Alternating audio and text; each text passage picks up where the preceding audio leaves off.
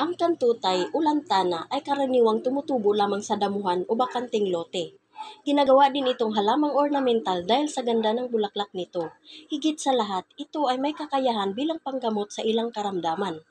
Ito ay maganda sa ating panunaw, maganda sa kalusugan ng ating balat, buto at ngipin, mainam sa may alta presyon, at nakakabawas ng timbang. Ito ay gamot din sa pananakit ng ngipin, maglaga lang ng ugat at ipangmumog. Para sa sugat, maglaga ng dahon nito at ipanghugas para mabilis gumaling ang sugat. Para sa kagat ng ahas, pakuluan ang dahon at ipainom, at ang nilagang dahon ay itapal sa parting may kagat. Para sa trangkaso, maglaga ng ugat o pinatuyong ugat at ipainom. Para sa may lagnat, maglaga ng balat ng kahoy o pwede rin ang dahon at bulaklak at ipainom na parang tsaa.